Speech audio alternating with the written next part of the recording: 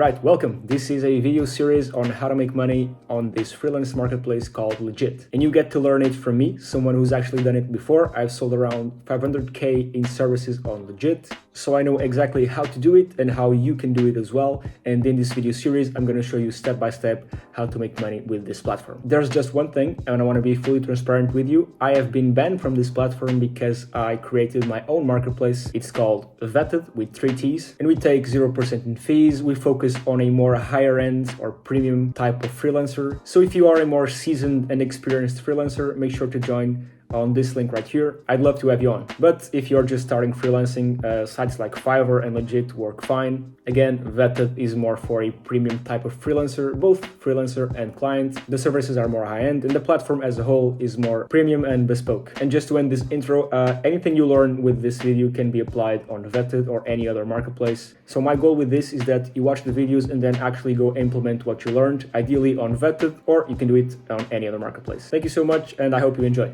In this video, I want to talk about value ladders. So a value ladder is something that allows you to get the most out of your first sale.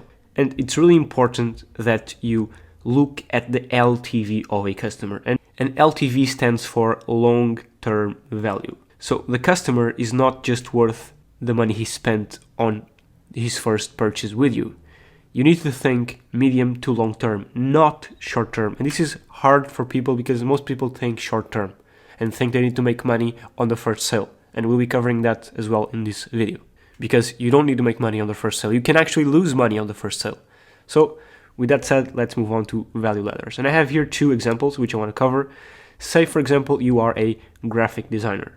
So the y-axis here is the value to the customer of the product you're selling. And the x-axis here is the price of the service or product you are providing to the customer. So on your first step here on the ladder, let's say again you're a graphic designer, we have a logo design. So this is your entry service, the entry service to your value ladder. And we'll be covering this again in a second because you can lose money, but let's not go into that right now. But okay, this is your first service. So your entry service into your value ladder, your logo. And your goal is to, for the same customer, increase its long-term value. So your customer, when he buys something from you, he won't stop here. So say, for example, this is worth $10. If it stopped here, your customer's value will be $10, but it doesn't stop here. It goes up, okay? So the long-term value of your customer can be 10, 20, 30 times higher than the first purchase he made. And you need to build a value ladder into your freelance business because that's how you can make more money and increase the long-term value of your customer. Because remember, when someone purchases something from you, they're much more likely to buy something from you again. So you need to focus on the customers you already have instead of trying to get new ones. You need to focus on increasing the long-term value of your customer.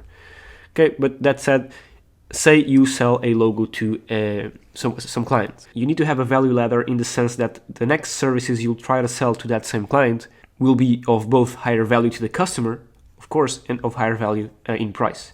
An example of this, again, for a graphic designer could be you start by selling a logo, then you sell them a banner design for their website, then you end up selling them a full website design, and then after they have the website set up, you could sell them a branding strategy and planning, and then after they see all that planning you've done for them, you can sell them a full branding strategy implementation, something like this. So this is just an example.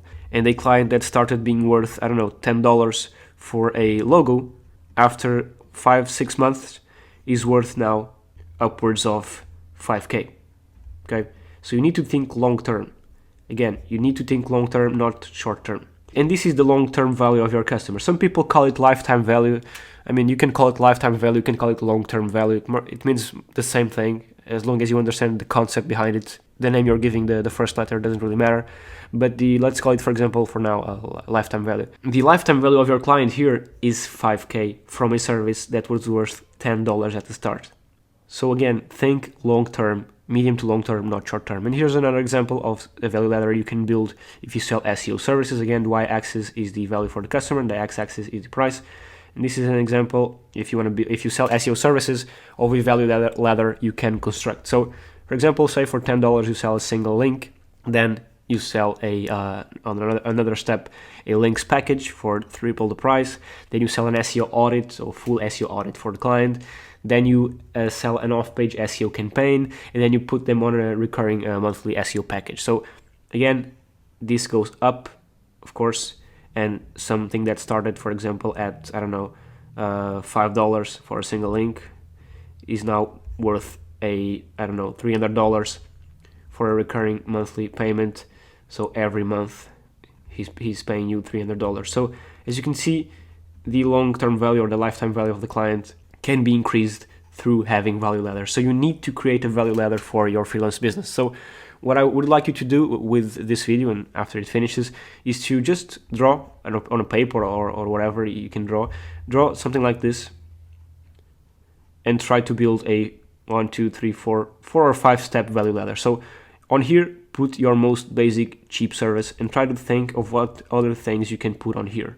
So what other things you can put and what other services you can sell in the long to medium term to increase the lifetime value of the customer on your value ladder. So I want to ask you to try and build your own value ladder, because as soon as you do this, you'll have a clearer picture of how you can increase your sale. And this is a great exercise to do, because if you do this, if you create your own value ladder, you become much more aware of how to position yourself and what to sell and how to sell or how much to sell. And in the back of your mind, you'll start to think more long term and not so short term, and you'll start to think more about the lifetime value of a customer. So that's the exercise for today. Make sure to try and build your value ladder for your marketplace business and for the services you sell. Because like I said, you don't want to stop here, because a client that bought something from you, it's highly likely that it buys something from you again. So don't just stop on the first step. Have at least 4 to 5 steps on your value ladder. Okay, that's really, really important.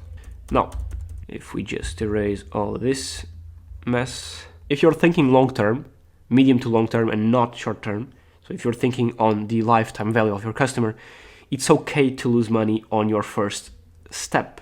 Okay, on here. So it's okay to lose money on your first sale. And what do I mean by losing money?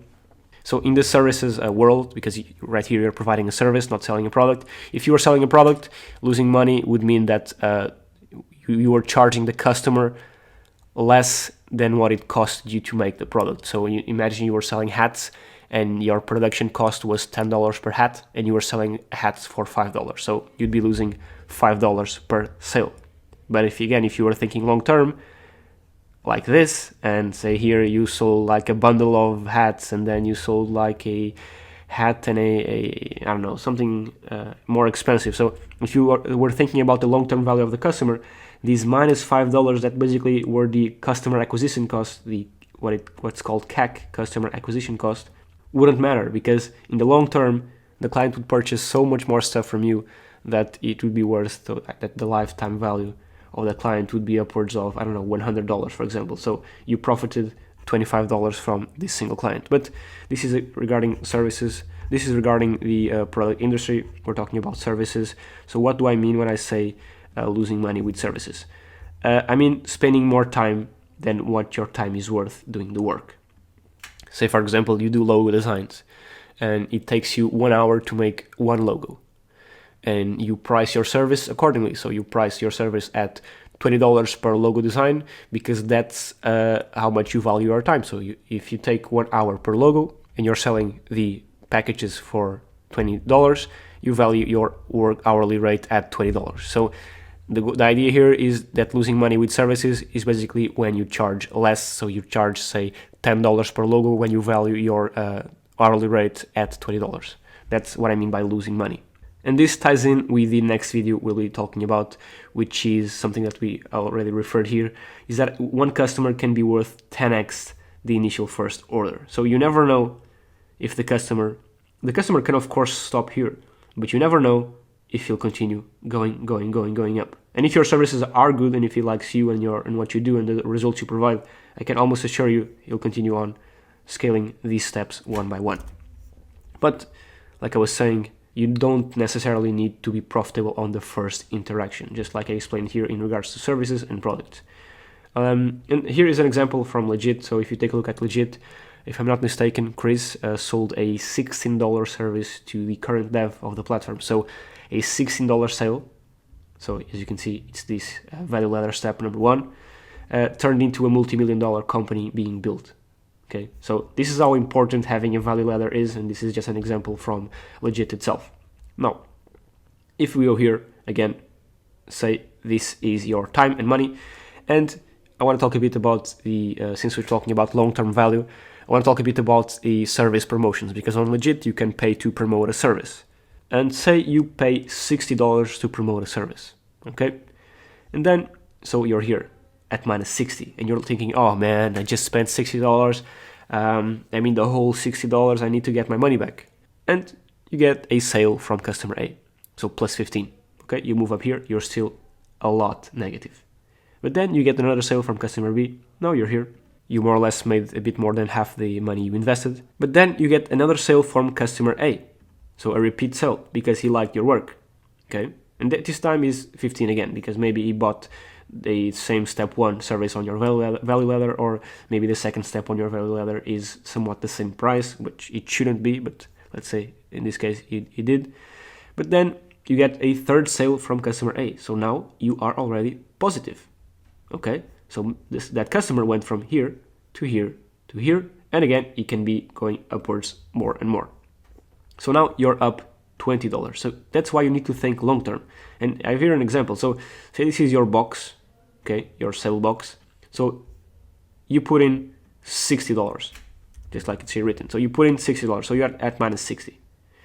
And you take out 80, so you profit 20, which is this math right here. So minus 60 plus 15 plus 20 plus 15 plus 30 is plus 20. So if there was this machine that you could throw in $60 all day and it would throw back 80 at you, wouldn't you consistently be throwing $60 at it? Because you're throwing 60, it's returning 80, so you're profiting $20 every time you throw 60 at it. So of course you would. It's literally free money. And if you do a good job, like I was saying before, with the service you're selling, customers are highly likely to buy from that service and from you again. And even if you, of course, don't sell that same service to that same buyer, so sell them a logo designed 2 times, you can sell other service using your value ladder. So that's why it's really important to build out your value ladder as a seller on marketplaces. You need to have a value ladder built. You need to think medium to long term, not short term. Think about the long-term value or the lifetime value of a customer. And that's what I wanted to cover in this video. So if you're either promoting services on Legiit, so if you're throwing $60 at this box, think about long term. At the short term, of course, you're going to lose money.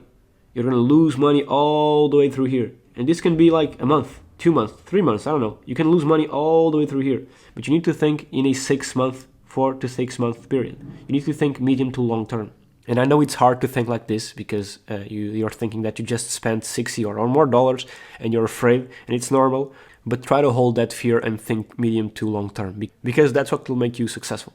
And like I said, please don't forget to build out your value ladder, because this is extremely important. And again, like I always say, if you have any questions, this is the support group for this course. I'll be here answering questions, replying to you guys, maybe even exclusive content, I don't know. So if you want to join, make sure to do so at facebook.com/groups/marketplace freelancer, and I will see you on the next video.